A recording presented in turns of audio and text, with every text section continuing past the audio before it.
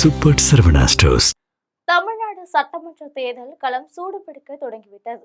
கூட்டணி ஒரு பக்கம் பேச்சுவார்த்தை நடைபெற்றாலும் மறுபக்கம் வேட்பாளர்கள் பட்டியலும் தயாராகி வருகிறது. அந்த வகையில் அதிமுக தரப்பில் 164 தொகுதிகளில் போட்டியிடப் போவதாக தெரியவந்திருக்கிறது.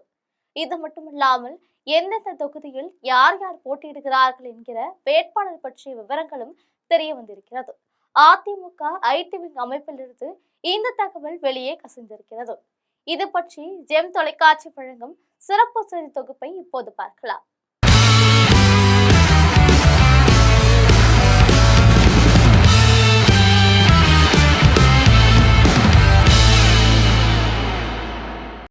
தமிழ்நாடு சட்டசபை தேர்தல் வருகின்ற ஏப்ரல் மாதம் நடைபெறுகிறது. இந்த தேர்தலில் திமுக கூட்டணி, அதிமுக கூட்டணி, தமிழக வெற்றி கழகம், நாம் தமிழர் என 4 முனை போட்டி நிலவுகிறது. இந்த நிலையில் வருகின்ற பிப்ரவரி 24 முன்னாள் முதலமைச்சர் ஜெயலலிதா பிறந்தநாளை ஒட்டி அதிமுக தரப்பில் வேட்பாளர் பட்டியலை எடப்பாடி பழனிசாமி முதல்கட்டமாக வெளியிட இருக்கிறார். அந்த வகையில் 5ஆம் எண் ராசி என்பதால் முதற்கட்டமாக 41 தொகுதிகளுக்கு உண்டான வேட்பாளர்கள் அறிவிக்கப்படுகிறார்கள். யார் யார் எந்தெந்த தொகுதியில் போட்டியிடுகிறார்கள் என்பது குறித்து இப்போது பார்க்கலாம்.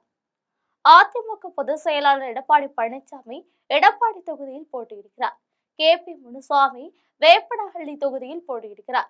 நத்தம் விஸ்வநாதன் நத்தம் தொகுதியில் போட்டியிடுகிறார். திண்டுக்கல் சீனிவாசன் திண்டுக்கல் தொகுதியில் போட்டியிடுகிறார். SP வேலுமணி தொண்டாமுத்தூர் தொகுதியில் போட்டியிடுகிறார். தங்கமணி குமாரபாளையம் தொகுதியில் போட்டியிடுகிறார். முன்னாள் அமைச்சர் ஜெயக்குமாருக்கு முன்னதாக வேறு தொகுதி ஒதுக்கப்பட்டிருந்தது. ஆனால் அவர் போர்க்கொடி பிடித்ததால் மீண்டும் அவருக்கு ராயபுரம் தொகுதி ஒதுக்கப்பட்டிருக்கிறது. CP சண்முகம் விழுப்புரம் தொகுதியில் போட்டியிடுகிறார். முன்னாள் பெண் அமைச்சர் வளர்மதி ஆயிரம் விளக்கு தொகுதியில் போட்டியிடுகிறார். RP உதயகுமார் திருமங்கலம் தொகுதியில் போட்டியிடுகிறார். C விஜயபாஸ்கர் விராலிமலை தொகுதியில் போட்டியிடுகிறார். வைகை செல்வன் அருப்புக்கோட்டை தொகுதியில் போட்டியிடுகிறார். இதேபோல் பருக்கூர் தொகுதியில் தம்புதுரை போட்டியிடுகிறார். நல்லிடம் தொகுதியில் R காமராஜர் போட்டியிடுகிறார். வேதாரண்யம் தொகுதியில் OS மணி போட்டியிடுகிறார். பாலக்கோடு தொகுதியில் KP அழகப்பன் போட்டியிடுகிறார். ஜோலார்பேட்டை தொகுதியில் KC வீரமணி போட்டியிடுகிறார். கரூர் தொகுதியில் MR விஜயபாஸ்கர் போட்டியிடுகிறார். முன்னதாக கோவில்பட்டி தொகுதியை பாரதிய ஜனதா கட்சிக்கு ஒதுக்கலாம் என திட்டமிடப்பட்டது. இதற்கு கடம்பூர் ராஜு எதிர்ப்பு தெரிவித்த நிலையில் மீண்டும் அவருக்கு கோவில்பட்டி தொகுதி ஒதுக்கப்பட்டிருக்கிறது. ஆகவே கோவில்பட்டி தொகுதியில் கடம்பூர் ராஜு போட்டியிடுகிறார். சிவகாசி தொகுதியில் தான் போட்டியிடுவேன் என்று T ராஜேந்திர பாலாஜி போர்க்கொடி பிடித்து வந்தார். எனவே சிவகாசி தொகுதியில் T ராஜேந்திர பாலாஜி போட்டியிடுகிறார்.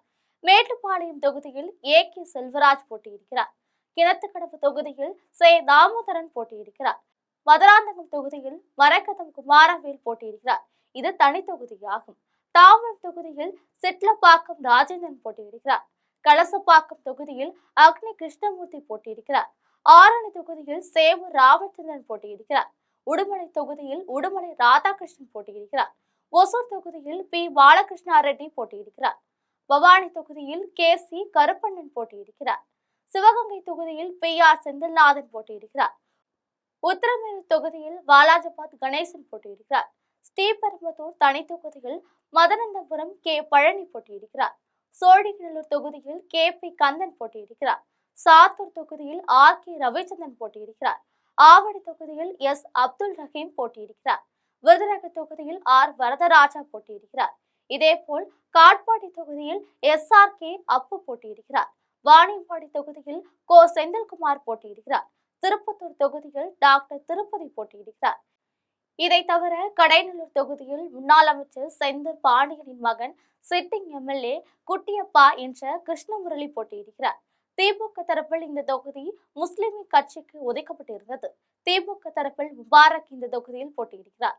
மேற்கண்ட பட்டியலை வருகின்ற 24 அதிமுக பொதுச் செயலாளர் எடப்பாடி பழனிசாமி வெளியிடுகிறார் என்பதை ஜெம் தொலைக்காட்சி முன்னதாக வழங்கும் முதல்கட்ட செய்தியாகும். இதுபோன்ற அரசியல் பின்னணி செய்திகளை தெரிந்து கொள்ள ஜெம் தொலைக்காட்சியுடன் தொடர்பு இருங்கள். நன்றி, வணக்கம்.